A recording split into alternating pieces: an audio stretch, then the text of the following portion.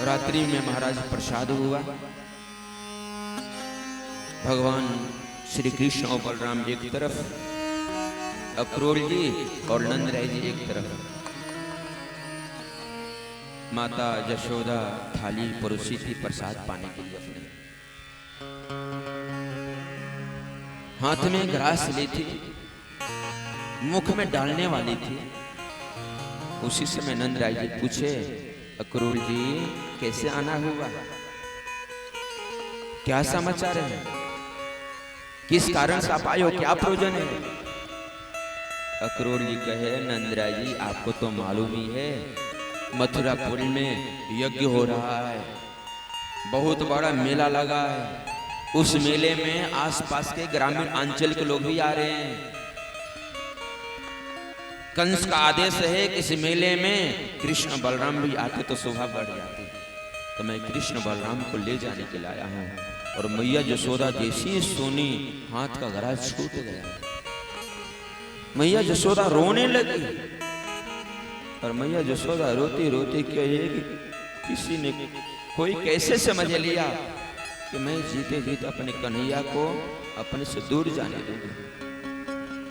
अरे किसी को सोना चाहिए, चांदी चाहिए, हीरा चाहिए, मोती चाहिए, जवाहरात चाहिए, जो भी चाहिए मांगो, मैं देने के लिए तैयार हूं, परंतु मैं अपने से दूर कृष्ण कन्हैया को नहीं कर सकती हूँ।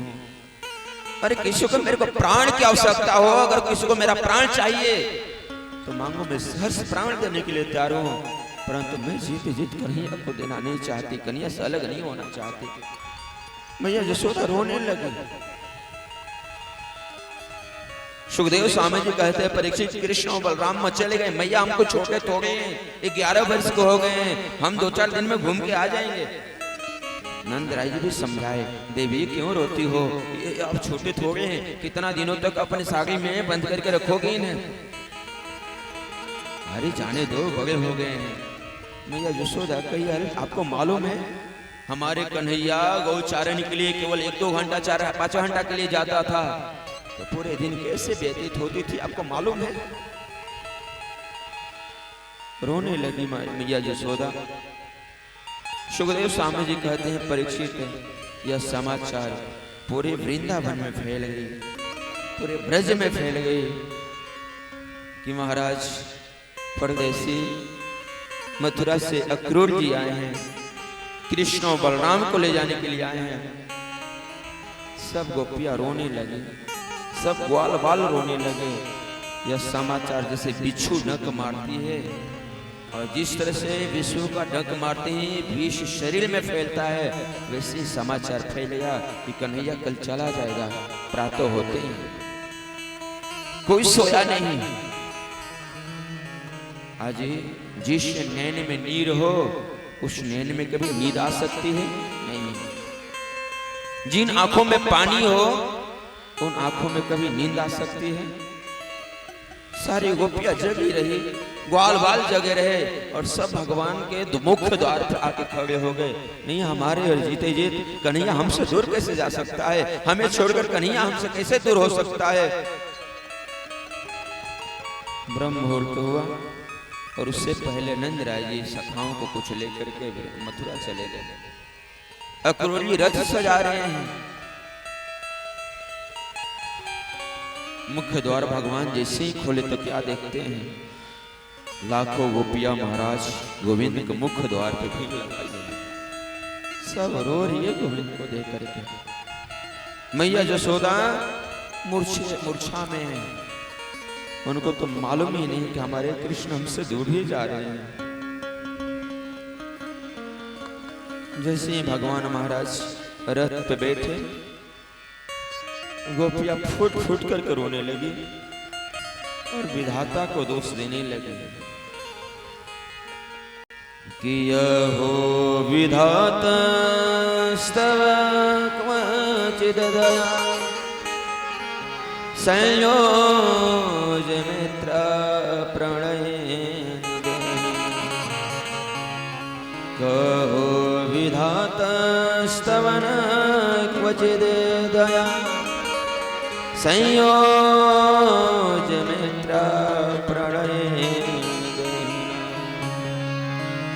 कितर्थान् विनियोक्ष पार्थकम् विक्रीडितं तेर्भगचेष्टितं यथा।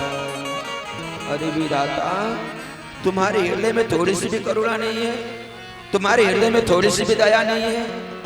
पहले जीव के भीतर प्रेम जागृत करते हो, जब प्रेम जागृत हो जाए तब मिलने से पहले भी छोड़ करके चले जाते हो।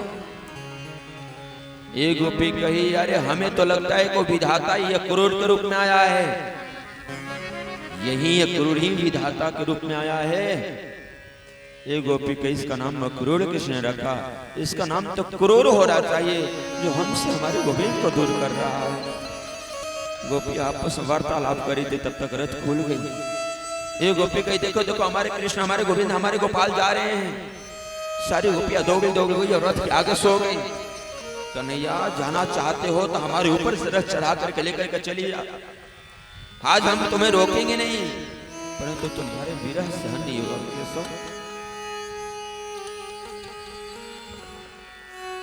मरना पसंद करेंगे, तो तुम्हारे बिना जीना पसंद हम सब नहीं करेंगे।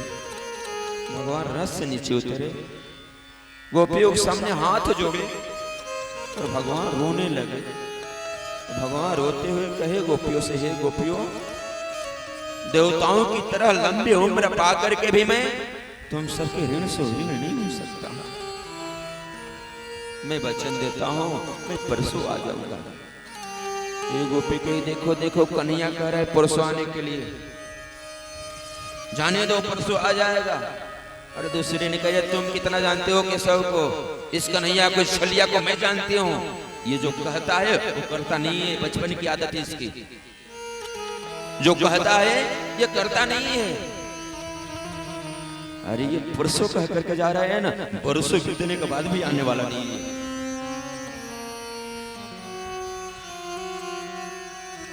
एक गोपी की, ठीक है परसों जा, परसों नहीं आएगा,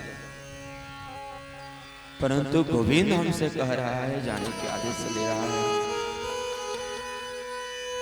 हमारे गोविंद हमसे कह रहे हैं, जाने के लिए आदेश ले रहे हैं हमसे।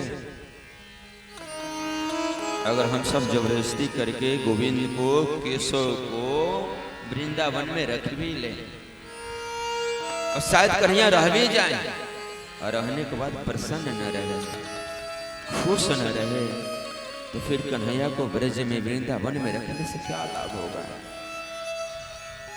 हमें क्या मिलेगा? और गोविंद की खुशी में नहीं हमारी खुशी है। गोविंद को अगर हमें रुलाने में खुशी मिल रही है तो हमें तो इनको छोड़ देना चाहिए, हमें रो रो कर इनको खुश रखना चाहिए।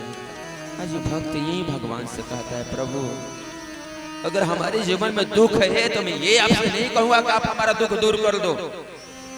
गोविंद, अगर आपको मेरे रोने में आपको हंसी आ रही है तो मैं तो बार बार हंस करके आपको रिझाता रहूंगा, बार बार कौन कहे पूरा जीवन आपके लिए रोता रहूंगा, ताकि आप खुश रहो। कि मुझको रोने से तुझको जो आए हंसे, तो रो रो के तुझको हंसाया करेंगे। तुम्हारे हाथ में मेरी भयाएं, तुम्हारी नहीं मैं नहीं चाहता हूँ। गोपियों ने कही, केशव आप जाने के लिए कह रहे हो तो आप जाओ, हम सब रोकेंगे नहीं। और जैसे ही गोविंद रथ पे बैठे, गोपियां किनारा हुई, और जैसे ही रथ आगे बढ़ा, मैया यशोदा की मूर्छा खोली, और जैसे ही जाने कि हमारे कृष्ण, हमारे कन्हैया छोड़ करके जा रहे हैं, दौड़ने लगी। कोई कन्हैया को रोको, कोई गोपाल को रोको, कोई केशव को रोको, कोई गोविंद को रोको, कोई माधव को रोको। सुखदेव स्वामी जी कहे, परीक्षित यशोदा माता दौड़ रही है, गिर रही है, फिर उठ दौड़ रही है, फिर गिर रही है, फिर उठ करके दौड़ रही है। भगवान कृष्ण और बलराम जी देखे कि मैया गिरती हुई, दौड़ती हुई, उठती हुई आ रही है। कृष्ण और बलराम जी महाराज चलते रथ से कूदे पड़े और दौड़े गए, माता के चरणों को पकड़ करके फुट फुट करके भगवान रोने लगे। मैया यशोदा हाथ जोड़ करके गोविंद से कही, केशव आज मेरे को पता चला कि तुम मेरा लाला नहीं है। आज मेरे को पता चला कि तुम तो देवकी नंदन हो, तुम तो वसुदेव नंदन हो। जब अब तुम हमारे लाला हो ही नहीं तो मेरी क्या फर्ज बनती है तुमको रोकने की। मैं तुमको रोकने के लिए आज नहीं आया हूं। यह दासी, यह ग्वारिन तुमसे प्रार्थना करना चाहती है। भगवान कहे मैया ये तुम क्या कह रही हो। भगवान मैया यशोदा कही हाँ केशव, यह दासी आपसे एक निवेदन करना चाहती है। भगवान के क्या है। मैया यशोदा कही आप देवकी के पास जा रहे हो। देवकी से कभी ये मत कहना कि मैया यशोदा ने थोड़ी सी माखन के लिए रस्सी से उखल में बांधी थी। अगर ये बात तुम जाकर के देवकी से कहोगे तो बेचारी देवकी क्या सोचेगी। हमारी कन्हैया को जरा से भी यशोदा ने प्रेम नहीं की, स्नेह नहीं की। गोविंद केशव ये मत मैया देवकी से कहना कि मैं उधम कर रहा था, माखन चुरा रहा था तो मैया यशोदा कानों को ऐंठ करके छड़ी से हमारी पिटाई करती थी। देवकी क्या कहेगी कि कितना निष्ठुर थी यशोदा, जो हमारी कन्हैया को थोड़ा सा भी प्रेम नहीं किया, स्नेह नहीं किया। और मैया यशोदा कह करके रोने लगे। भगवान भी फूट फूट करके रोने लगे। भगवान ने कहा मैया ये तुम क्या कह रही हो। तुम देवकी की बात करती हो कि देवकी को यह बात पता न चले। मैया उखल वाली बात तो पूरे संसार में रहने वाले लोगों को पता चलना चाहिए।